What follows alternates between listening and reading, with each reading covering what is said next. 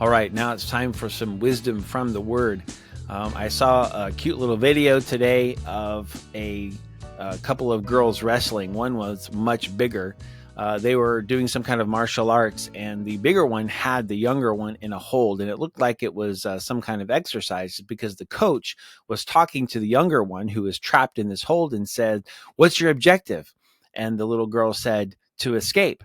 And the coach said, "What are you going to do?" And she was wriggling and trying to get out. And finally she said, "I'm going to pray." And the coach said, "You're going to pray."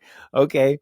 So we're going to talk about the importance of this because I think a lot of us feel like we are trapped in a hold, there's all sorts of ways that we might feel as parents and as homeschoolers where sometimes we get exhausted.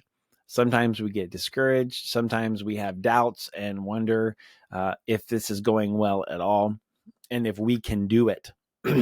Sometimes we're overwhelmed or feel claustrophobic, like we're completely wrapped up in a bad wrestling hold. Well, sometimes I hear homeschool speakers and authors saying, "You can do it.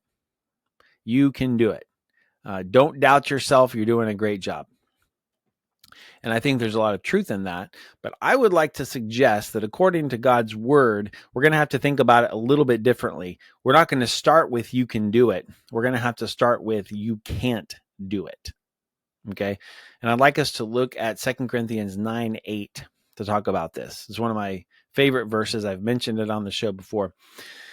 We're going to take a little bit of a deeper look at it. 2 Corinthians 9:8 says, "And God is able to make all grace abound to you, so that having all sufficiency in all things at all times, you may abound in every good work." What a fantastic verse. Now, this is stuck in the middle of a section, 2 Corinthians 8 and 9, about giving and being generous with our resources. But here we have a specific encouragement embedded in there that has a general and total application. Just think about, it says, "All grace abound to you, so that having all sufficiency in all things at all times, you may abound in every good work." So it's not talking about just finances, is it, or giving? No, it's talking about every possible good work that we could be doing. So one of the things that I want to mention first, or ask the question first, is raising our children and discipling them and homeschooling them a good work? I think it is, especially because in the Bible, it explicitly gives parents the responsibility of raising and discipling their kids. Now, home education isn't specifically mentioned, but we know that we have the responsibility of educating our children. But I feel sure that if you're homeschooling, most of you believe that that's the right thing for you to do. Or most of you even feel like God has called you to do that. So here's a really big question that I think you know the answer to. If God has called you to homeschool your children, will he give you all the grace you need to get it done, to do it well? And he will, and this is the promise that he's giving. The important thing here is not, can I do it? But it starts off, God is able to make all grace abound to you. So our power, whatever we need, the giving of God, the grace of God, is given to us so that we are sufficient in all things at all times for every good work. And he doesn't just give us a little bit. He gives us abundantly, like more than enough. We have everything that we need to do these good works. So what does this mean? Well, here's one of the big things it means. Stop doing this in your own strength. Just stop it.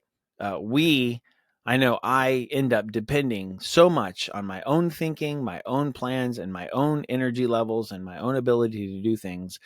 And that is a terrible plan. Instead, I need to acknowledge that I am limited and that really I am not up to this job, but God is and his grace is. And so what I have to do is depend upon him. So my relationship with him, my time with him, my prayer time, my time in his word, my ability to depend on him is a critical issue that I want to develop.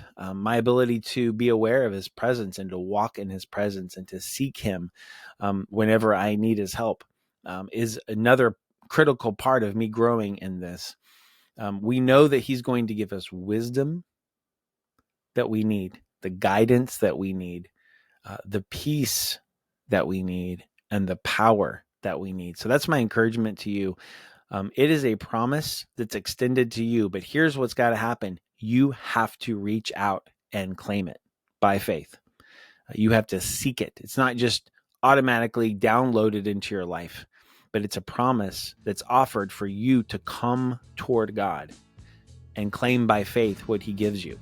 So spend time with him, seek him, do it for him, surrender everything to him, and let him give you the grace that you need. He will do it because he's faithful, and this is what his promise is.